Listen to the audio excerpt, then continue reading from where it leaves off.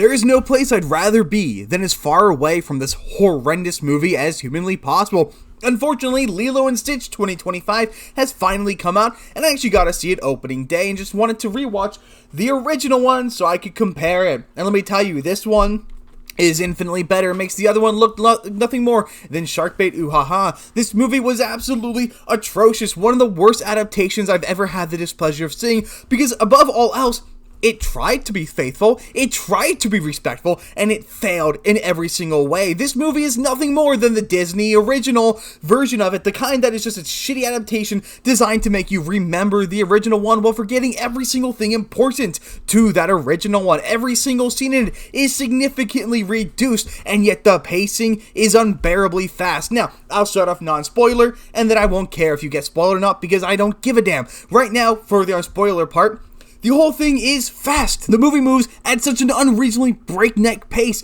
It never gives you time to breathe, and when it should be breathing, it only lasts for a couple of seconds. In fact, the movie is 20 minutes longer, going from an hour and 25 to an hour 45, and yet they added a bunch of scenes, and worst of all, they took out a ton of highly important scenes, and the scenes that they kept, they heavily truncated them so they're nowhere near as impactful. And yet somehow, despite the fact that they removed a ton of influential scenes, the movie was 20 minutes longer and still was rushed. Somehow, at one point in time, I'm not even kidding, I wish I could pull up footage, the editing is so bad that it goes line cut, line cut, line cut. They're literally squeezing together all the space by cutting out all the dead air, and it's mostly obvious when Lilo's talking, but I saw it with Nani, Stitch, and a few other characters as well, where as soon as they'd stop talking, they immediately would cut to the next line, like a movie Bob editing. The ending is incredibly controversial because it's not particularly good. Instead of doing any kind of Ohana stuff, they basically ditched the Ohana thing and just put her with foster family for a spoiler light version. Now, that's not nearly as bad as it sounds, so wait for the spoiler part, and I'll explain why it's not as bad as some people are making out to be. But that's not the only thing. Every single character is significantly reduced. David doesn't have a character. He's a one-note ball of uncertainty. He's the kind of person who's a little too anxious to talk to women properly. Nani, she's nothing more than the grumpy old sister. She has none of the motherly traits that she had in the original one. She doesn't have any of the sentimental or kind parts. One of the most influential scenes in the original movie, if you remember, is when Nani decides to do some relationship repair and take Lilo out to get a dog. Nani doesn't take her in this version. No, instead of it being Nani, it's David's grandmother who takes her, and Nani is completely sideswept by the fact that Stitch has arrived. She isn't told, she isn't involved, and worst of all, Lilo doesn't buy Stitch. She doesn't have legal ownership of Stitch, which completely damages the ending, because the only reason Stitch gets to stay in the original movie is because Lilo is the legal owner of Stitch. They change a bunch of small things, like Pudge, the fish who controls the weather. Well, instead of giving him a PB&J sandwich, which is a crucial portion of the scene, she gives him just a generic sandwich with lettuce and tomato on it, which might seem like a small thing, but it's entirely important to the scene that comes after she feeds Pudge. But it still takes her like 10 minutes to get there. They waste so much time in between her feeding Pudge to when she gets to the recital, which, by the way, it's a recital now instead of a practice, and even worse, the reason why she pushes Myrtle over, who isn't even a character in this one. Myrtle appears in exactly one scene, being the opening, and I think once other for where instead of doing the tricycle scene, they do it with a power car, because why not? Myrtle pushes Lilo on the stage during a recital, and then Lilo pushes her off the stage. That's right, she does that instead of what normally happens, where Lilo gets the stage soaking wet, and then Myrtle and all the other girls fall down, and then when Myrtle yells at Lilo, Lilo jumps on her and starts pounding her face. That doesn't happen anymore. Instead, it's just Myrtle pushed Lilo first, so Lilo was being physically aggressive, was defending herself. Completely recontextualizes that scene. It's a completely different scene for absolutely no reason, and this scene playing right here is a replacement for the diner scene and many of the other scenes of Stitch being bad, and it's just, why? Why replace the scenes? This scene took significantly longer, but provided a whole lot less value to the actual movie, and I don't understand any of the changes. The only thing that's any good is the part that's playing right now. All of the intro stuff of Stitch on the spaceship is fantastic. Jamba is one of the worst adaptations I've ever seen of any character. He goes from having this deep and Russian accent to just sounding like a normal dude. That's my Stitch 206. Jamba is completely ruined. He loses all of his character, all of his weirdness, all of his uniqueness, it's all gotten rid of for him to just sound like the guy from Between Two Ferns, because it is that guy. They put zero effort into making him any kind of alien, and Pleakly is completely toned back, and he no longer cares about mosquitos. They're barely mentioned. And Lilo's no longer a weird, quirky girl. Instead, she's just kind of odd. She's just kind of a hyper 6-year-old. They completely changed her character to no longer be this bizarre and strange person. Instead, she's just kind of normal. And then they added in a few extra plot lines that completely waste time. So you know why Nani needs a job in this movie? It's not because she needs the job to keep Lilo to appease the social worker. No, instead she needs a job for health insurance. They just threw in a random health insurance plotline there. And then an even better random plotline is that Nani wants to go to college now. And it's all Lilo's fault that she can't go to college. One of the worst lines in this movie is where Nani yells at Lilo, "I was abandoned too," expressing anger that her parents had died to Lilo, something Nani would never do. Now, some people will praise this adaptation for being more faithful to the real world, to being more realistic, but I don't need this movie to be realistic. If I wanted to be realistic, I'm not going to go watch Lilo and Stitch. I'd watch anything else. And even where it's realistic, it just feels like a after-school special.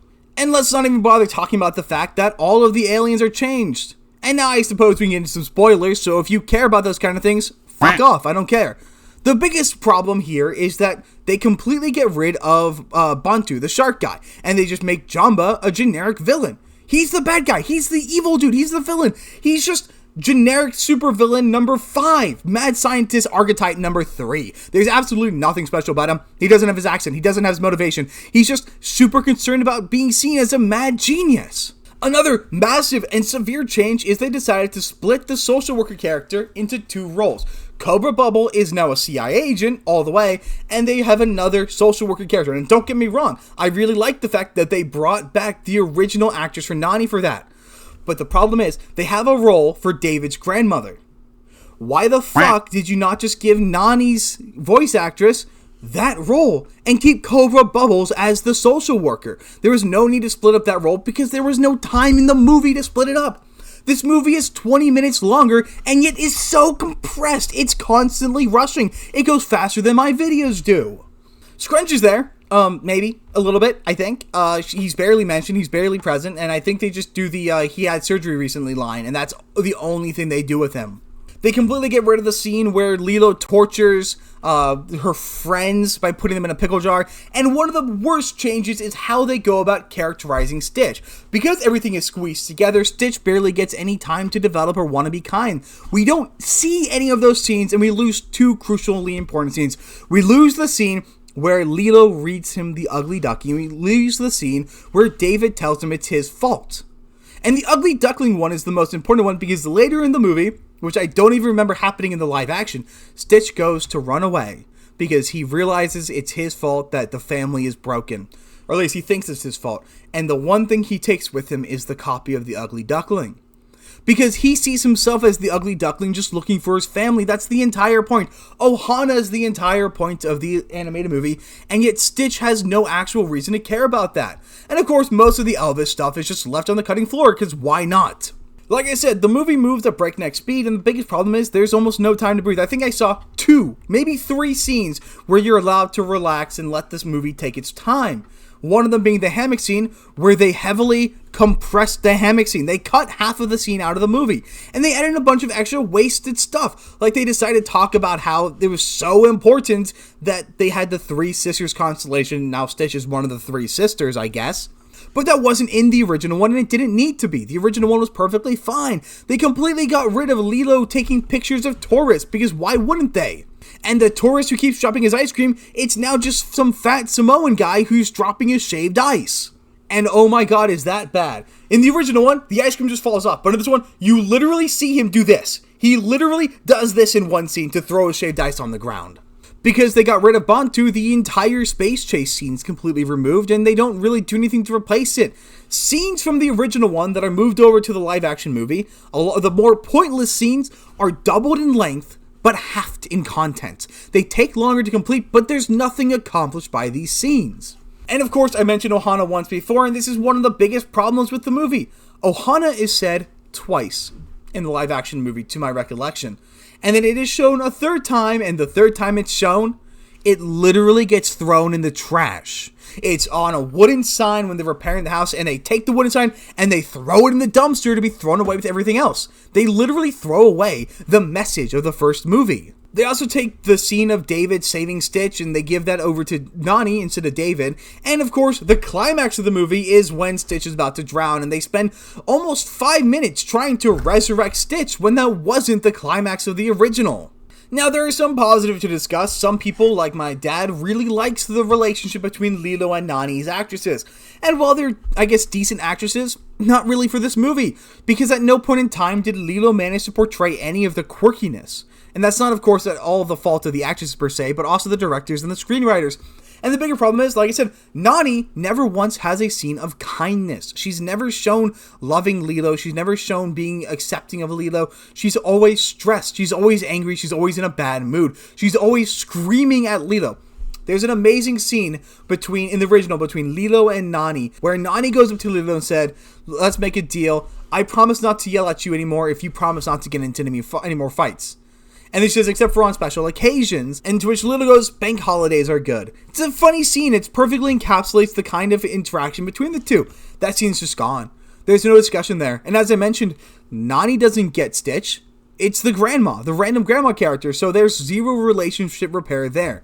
We have the hammock scene, but the hammock scene is halved. The Stitch isn't even in the hammock scene in any meaningful capacity. Nani just hates her life, hates Lilo, and hates everything going on, and there's no point in time where she relaxes, slows down, and tries to be nice. It's just not there. The scene where Stitch does plays the gramophone, where he opens his mouth and he plays the record for them, is also completely truncated. It's there only in lip service, and that's what happened to most of the scenes from the original. It's only there in lip service. So with the scene where he plays the record, how do they do it? In the original one, Lilo wakes Nani up to show her that. In this one, Lilo tries to do it while Nani's looking at bills, and Nani never once looks over. She doesn't see, she doesn't look, she doesn't pay attention to Lilo. And that's the entire movie. That's indicative of everything that happens. At no point do they ever actually have a sister dynamic or a parental dynamic. It's kind of just an empty dynamic. Every character is just a cardboard cutout. The one thing I really liked about the movie was the opening with the aliens. The aliens were very well realized, and there was one adorable yet vindictive little axolotl demon who wanted to blow things up. She was very tempted to press the big red button to gas Earth. But unfortunately, based on Box Office Mojo, we're looking at a movie with 138 million opening already worldwide. And we're not even done with its first week. We're not even done with opening weekend. We still have today to go. And then Monday, because it's a holiday weekend, we're not going to know what these numbers are for a little bit, and I'm sure they're going to be phenomenal. But this movie doesn't deserve $138 million because it's not good. The only reason why I can see this movie doing well is because it also didn't attack anything. It didn't denigrate, it didn't insult. If you want something that's background noise, you might as well go and see this. It's not a terrible movie. I wouldn't recommend paying for it, but if, say, you have Regal Unlimited and just want to chill out in a theater for a few hours, that you could do a lot worse than this movie. Now, I saw this movie with my family, so I had to get their perspectives on it as well. My mom, who's utterly obsessed with Stitch. I mean, you have to see this collection. Let me show you. And my dad, who likes the original, and my twin sister, who has a 1-year-old son. They all got to watch this movie, and they liked it more than I did. That's for damn sure. My dad really liked everything except for the ending and some of the problems, but he thought that it was really heavily carried by the sister dynamic. My mom really enjoyed it. She thought a lot of it was really good, except for some of the parts where they just cut things out of the movie that should have been there. She's really upset by the fact that she fed Pudge the wrong kind of sandwich. And my twin sister generally didn't like it that much, and yet she gave it a 6.5 or 7 out of 10, with my family generally giving it a 6 out of 10, whereas I'm going to go down to about a 3 out of 10 because I thought it was truly just terrible. Another major problem is we never really get to know why feeding Pudge is important. It's not a direct line in the original one, but there are 2 important scenes, so we know that Pudge is important. In the original one, she feeds Pudge because he controls the weather. She wants to prevent it from raining because her parents died on a rainy day. In the live action movie, we get a lot of lip service to the parents. Lots of importance is focused on the parents. We even get to see their door and how their door hasn't been opened, but has a sign on it that says mom and dad, or mama and papa. But we never once get a line telling us that they died during a rainstorm, which means that her feeding Pudge is completely pointless. And that's indicative of most of the movie. It's a lot of lip service. It's a lot of saying the right thing, but doing the wrong thing, or not understanding why that thing was there in the first place. Also, we do have to talk about the opening scene, where he breaks into a wedding while Uptown Funk is playing. Thank God for outdated memes, am I right? It's absolutely terrible, and it took nearly 10 minutes for him to actually get hit by the truck, because he spends so much time destroying this wedding, to which a lot of people will take photos of him, and that photo stuff is another problem. This movie, for some reason, is set in the modern age, but they never really do anything with it. They have cell phones, they show cell phones being in it, like iPhones. Kids walk around with iPhones. People take pictures and record with iPhones. And that changes a lot about the movie, at least on a small level. Whereas in the original one, we do see a cell phone because it's set in early 2000s, late 90s, and the only person who has a cell phone in the original one is Cobra Bubbles. Now I think it's time to talk about the most controversial part about the movie, which is, of course, the ending. So, for those who aren't aware, the ending basically is Nani doesn't get to keep Lilo. She basically has to admit that she's failed, she can't keep her, and she has to give her up to the state. Now, so she does surrender Lilo to the state, but instead of actually being surrendered to the state, she ends up getting adopted by David and David's grandmother, so she basically just lives like 10 minutes down the road, if that. And then Nani goes off to college to study marine biology. So some people have been spinning it as Nani sells her daughter to the state to go to college, which isn't exactly untrue, but it's also not quite true. She basically gives Lilo up to her boyfriend's grandmother so she can go to college. And then, because Disney can't have somebody sacrificing, no, there's no sacrifice in this movie, don't be silly. The way that she deals with it, she just has their portal gun. Because instead of Jamba having a laser gun, he has a tranq gun and a portal gun. Most of it's done through the portal gun, and so they just cheat. They have their cake and they eat it too. They don't let anyone sacrifice. The original movie had sacrifice. Sacrifice was important to it. Every single important lesson. There is no lesson to draw from this movie because this movie tells you everything will be just fine. There isn't a single thing that this movie does well. There's not a single thing that this movie improves upon.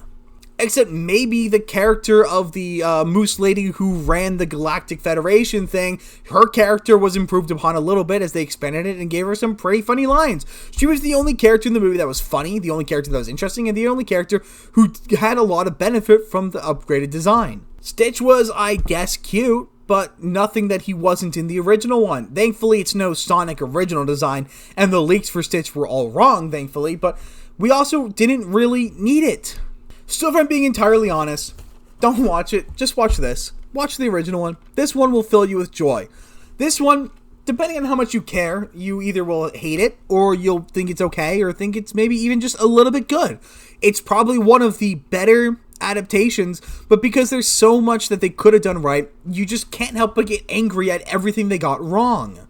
Now hold up, I'm glad I was looking at my background because I just noticed. So I mentioned how the Hawaiian ice guy just flips his wrist and it throws the ice on the ground. So just watch his hand as he drops the ice cream. You can literally see him do this. You see him push with his thumb, you see him flick his wrist, you see him actively throwing it on the ground for absolutely no reason.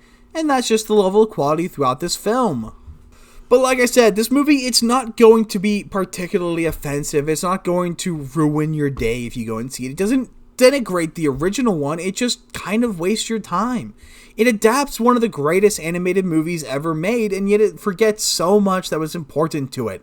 It doesn't understand its own lesson. It doesn't understand its purpose, and it doesn't understand what it's doing. But that's pretty much all I've got. I'm really let down by this movie, and I'm actually a little angry at how bad this movie is. And I know what you're going to say. But Arza, it's just a kid's movie. Why are you upset? Well, why aren't you? Kids' movies are the most important things. And this movie's barely a kid's movie at this point. But this movie is so important because of the way that it carries its lesson, the way that it carries its messages. This movie means something.